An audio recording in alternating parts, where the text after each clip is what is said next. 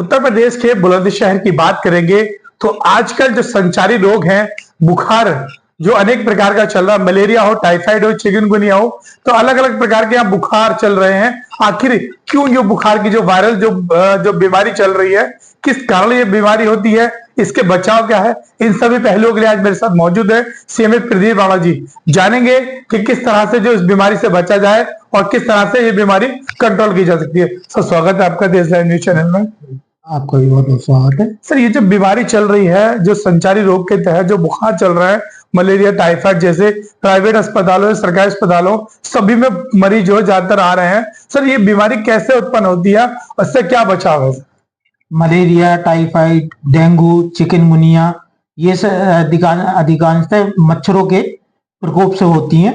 इसमें मच्छर जो है गंदे आसपास जो गंदगी होती है, पानी यानी नालियों में इकट्ठा हो जाता है, कूलों में जो इकट्ठा हो जाता है, उसकी वजह से ये दिक्कतें आती हैं। मच्छर के काटने से इन्फेक्शन आदमी में फैल जाता है, जिसकी वजह से बुखार वो टॉक्सिन रिलीज करते हैं और बुखार हो जाता है। सर, अगर मच्छर की बात करें तो बताते हैं वैज्ञानिक मच्छर जो नर मच्छर होता है उसके काटने से बीमारी नहीं होती, मादा के काटने से बीमारी होती है।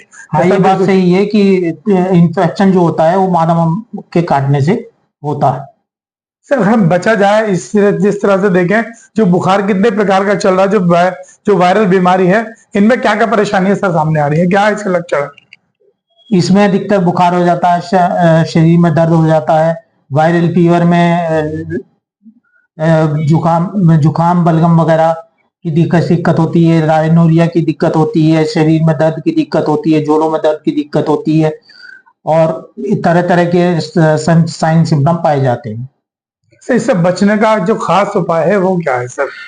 इससे बचने का खास उपाय ये है कि अपने आसपास के पानी इकट्ठा ना होने दें, गंदगी इकट्ठी ना होने दें, जिससे मच्छर उसमें अपने लार्वा वगैरह ना छोड़ पाए और अंडे वगैरह ना दे पाए। अगर इन चीजों का ख्याल रखा जाएगा तो मच्छर कम होंगे। ऑल आउट वगैरह का इस्तेमाल करना चाहिए, मच्छरों के से काटने से बचने के लिए मच्छरों के तेल का इस्तेमाल करना चाहिए, ओडोमॉस का इस्तेमाल करना चाहिए।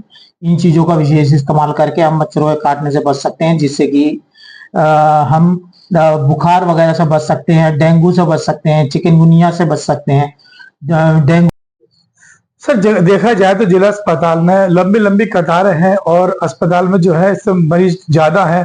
सर, इससे निपटने के लिए जो आपका अस्पताल की तरफ से क्या तैयारी की गई है सर? इसके लिए अस्पताल की तरफ से तैयारी की गई है। मरीजों की जांच के लिए पैथोलॉजी में विशेष तौर पर अभियान चलाया गया है और इसके अलावा ओपीडी में भी विशेष डॉक्टर्स की संख्या बढ़ाई गई है, जिससे कि वो पेशेंटों को देख सके। और इसके लिए प्रचार प्रसार भी किया जा रहा है और डेंगू वार्ड भी बनाया गया। हमारे लिए हमने एक डेंगू वार्ड की व्यवस्था करी है, जिसमें मच्छरदानी लगा करके बेडों पे व्यवस्था बनाई है, जिससे मच्छर एक दूसरे को ना काटे और इन्फेक्शन एक दूसरे से फैले ना। ये जो बीमारी है, क्या इसमें गंभीर रूप ले लेती है या इससे बचने की जो है अस्पताल में सभी प्रकार की दवाइयां मौजूद है? हमारे अस्पताल में सभी प्रकार की दवाइयां उपलब्ध हैं और कोशिश की जा रही है कि ज्यादा से ज्यादा मरीजों को दवा दी जाए और किसी को दवाई की कमी ना पड़े, उसकी भी विशेष व्यवस्था की गई है। ये मेरे साथ थे जिला अस्पताल के सीएमएस डॉक्टर प्रदीप राणा।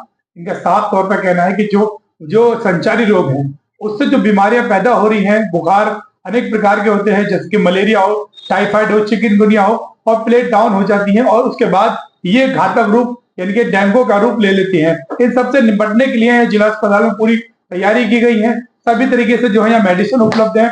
यहाँ पर जो है यहाँ पर एक अलग से जो डेंगू वार्ड भी बनाया गया है, जहां पर मच्छरों से निपटने के लिए बनाया गया।